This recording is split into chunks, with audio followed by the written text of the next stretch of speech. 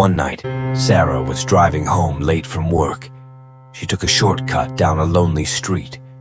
As she drove, she saw a woman standing in the middle of the road. The woman was dressed in a long white dress and had long flowing hair. Sarah slammed on the brakes, but the woman disappeared. Sarah was shaken, but she continued driving.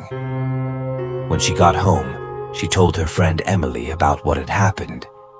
Emily didn't believe her at first, but Sarah convinced her that it was true. Emily did some research and found out that the street where Sarah had seen the ghost was known for being haunted. The ghost woman was the spirit of a young woman named Mary, who had been murdered on the street many years ago. Sarah and Emily decided to go back to the street that night to see if they could see the ghost woman. They arrived at the street at midnight and parked their car on a side street. Sarah and Emily got out of the car and walked down the deserted street. The only light came from the moon and stars overhead.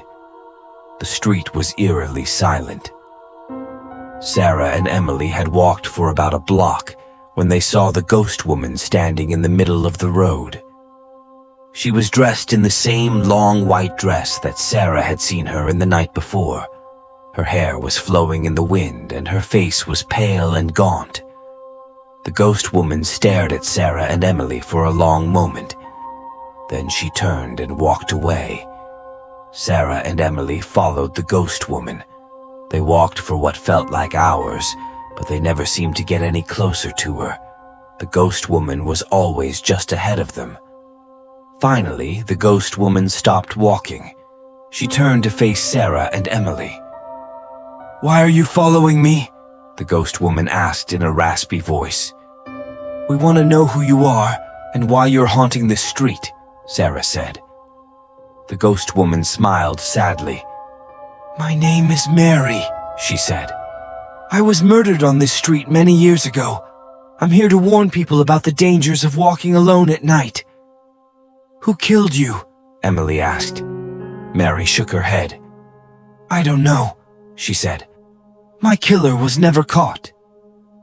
"We're going to find your killer and bring him to justice," Sarah said. Mary smiled. "Thank you," she said. "But don't put yourselves in danger. My killer is a dangerous man." Mary turned and walked away. Sarah and Emily watched her go until she disappeared into the night.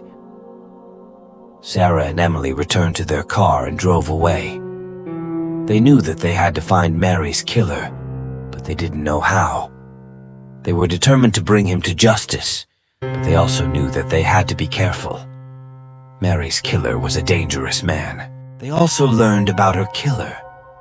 Mary told them that he was a man named John.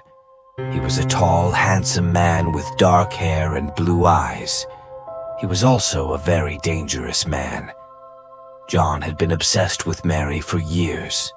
He had stalked her and harassed her. He had even threatened to kill her.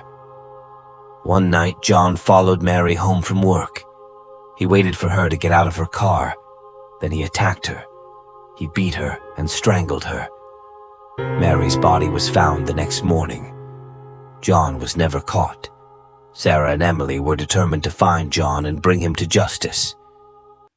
They knew that it wouldn't be easy, but they were willing to do whatever it took.